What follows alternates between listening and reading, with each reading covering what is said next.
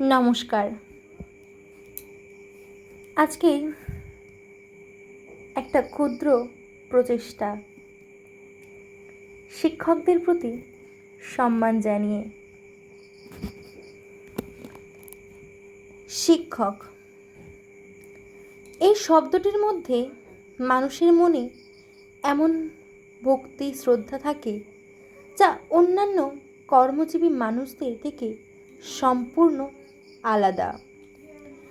যত সম্মানীয় ব্যক্তি বা রাজনৈতিক ব্যক্তিত্ব হোক না কেন, শিক্ষক সর্বজন শ্রদ্ধেয়, যার জন্য সারা বিশ্বে আজও শিক্ষক সমাজ প্রণম্য।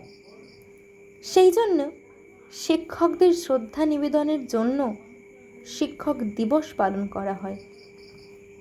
যতই শিক্ষাঙ্গনে অনভিপ্রেত ঘটনা ঘটুক না কেন, তাদের সম্মানের জায়গাটা আজও অটুট।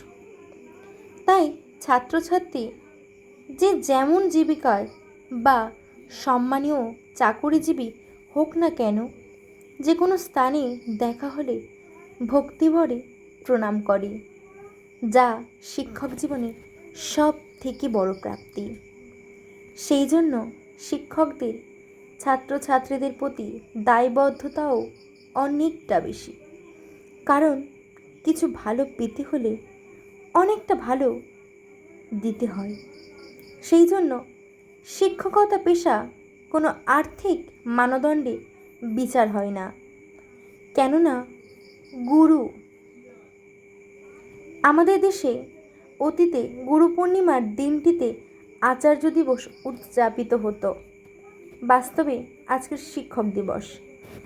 নেপালের বৌদ্ধরা দিনটিকে আচার্য দিবস হিসেবে পালন করে। গুরু শব্দটি সংস্কৃত। অন্ধকার দূর করেন শিক্ষকরাই, সেই জন্য শিক্ষকরাই গুরু। শিক্ষার আলোকে প্রজ্বলিত না করলে ছাত্রছাত্রীদের শিক্ষা দেওয়া যায় না। ছাত্রছাত্রীরা হলো শিক্ষকের সব থেকে শ্রেষ্ঠ সমালোচক। তাই ছাত্র শিক্ষক সম্পর্ক সুমধুর গড়ে তুলতে হবে। বুঝতে হবে তাদের সুখ দুঃখ, অভাব অভিযোগ।